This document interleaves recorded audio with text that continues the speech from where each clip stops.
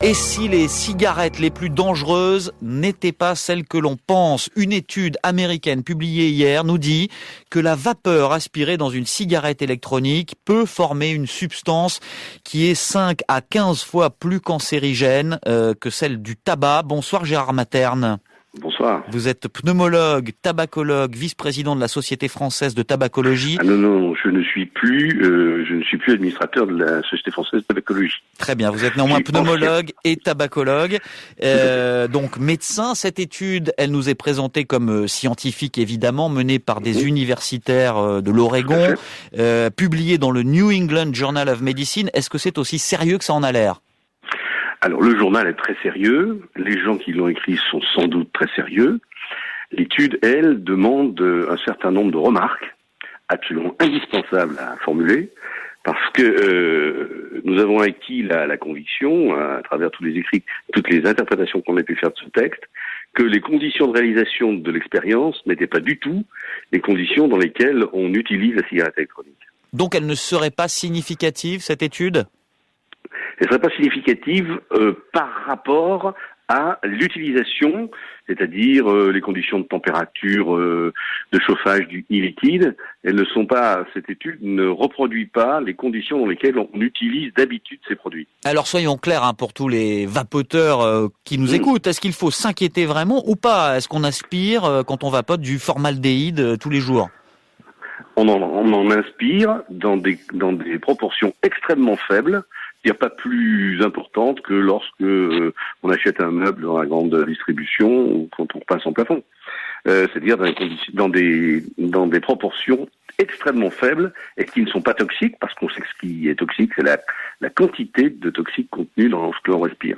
Là, on est en dessous des normes de dangerosité.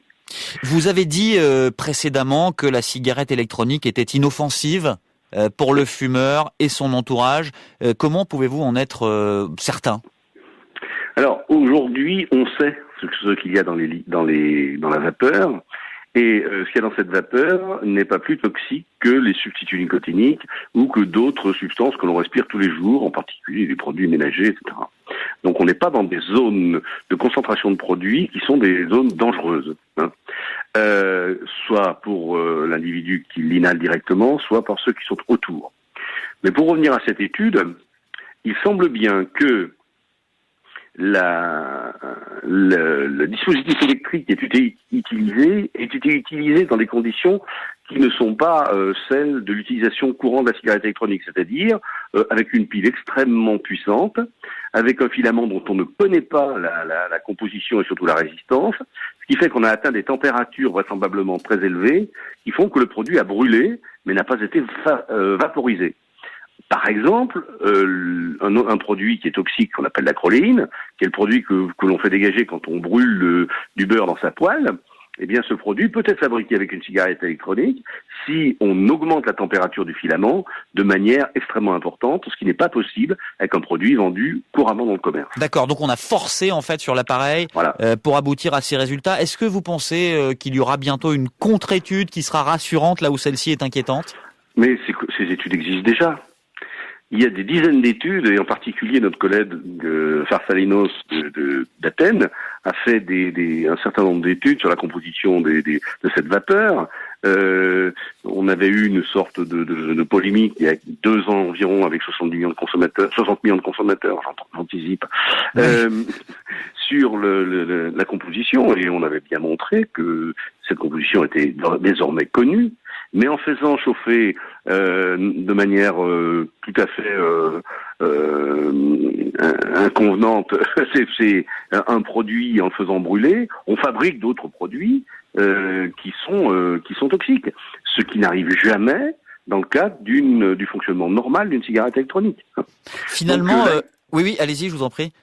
Là, on a vraiment l'impression, comme cette étude japonaise qui était parue il y a quelque temps et qui a été infirmée par la suite, eh bien, on a l'impression d'informations qui sont là, non pas innocemment, mais qui sont là pour discréditer la technique de manière assez systématique. Et ces études font un tel bruit qu'une de ces études fallacieuses fait disparaître les dizaines d'autres études sérieuses qui existent déjà.